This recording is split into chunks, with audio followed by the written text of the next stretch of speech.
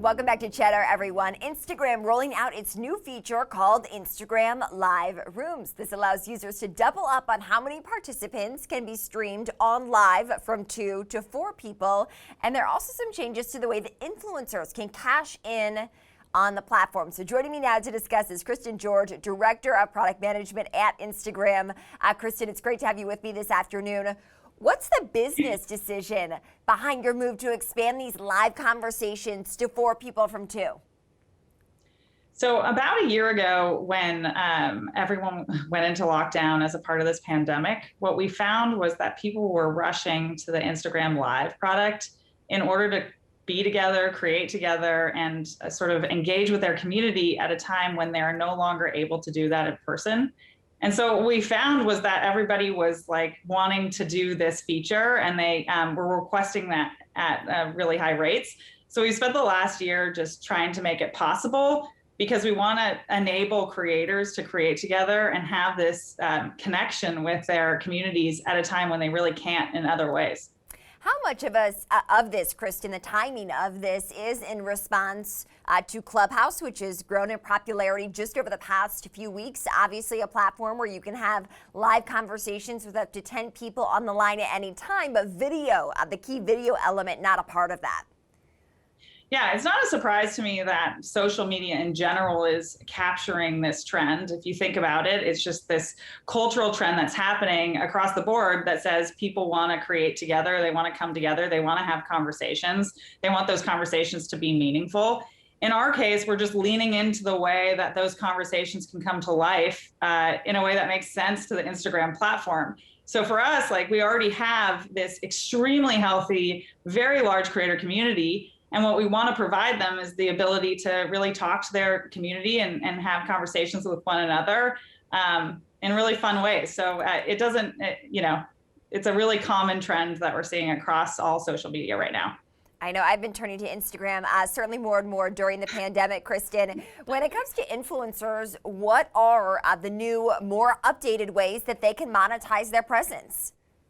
Yeah, so this has been our focus for the last, thinking about creators, influencers, and small businesses.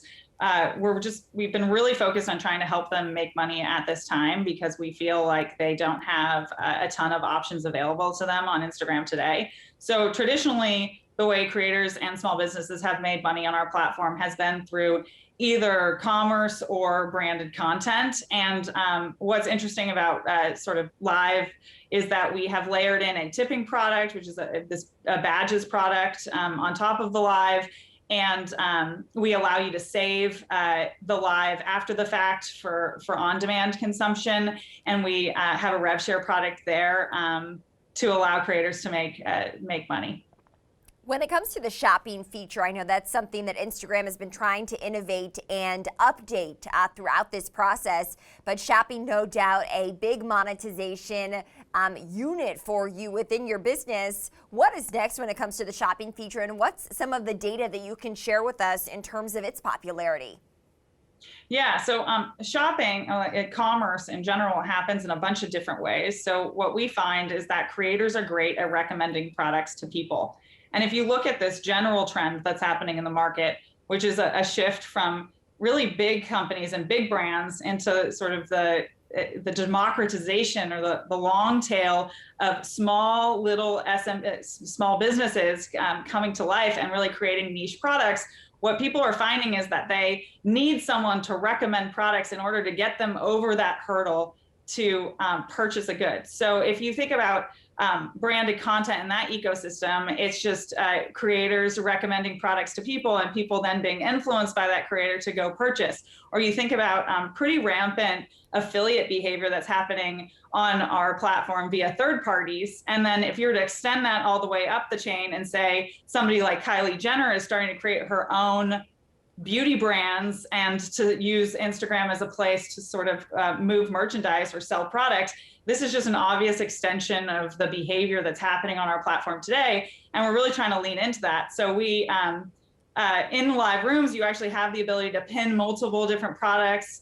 We've seen a lot of beauty influencers come onto live in the last 24 hours, and they're really trying on makeup with 3 of their friends, and they're selling products while they do it. So it's just been a real unlock for that.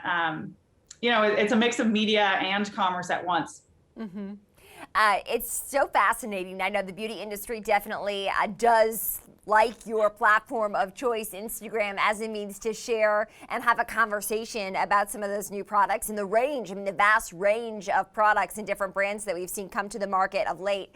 I got to ask you about what happened in Australia, the Facebook ban that we saw essentially on traffic to news sites there just a few weeks ago that was then lifted and restored.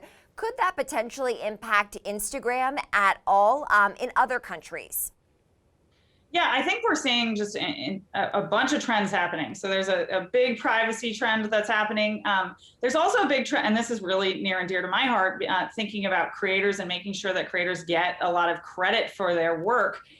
When you think about content distribution and anyone being able to distribute content, what we're trying to find is a way to identify that content and make sure that the people who own that content get the value when their content is being distributed. So we're thinking about this in a lot of different ways.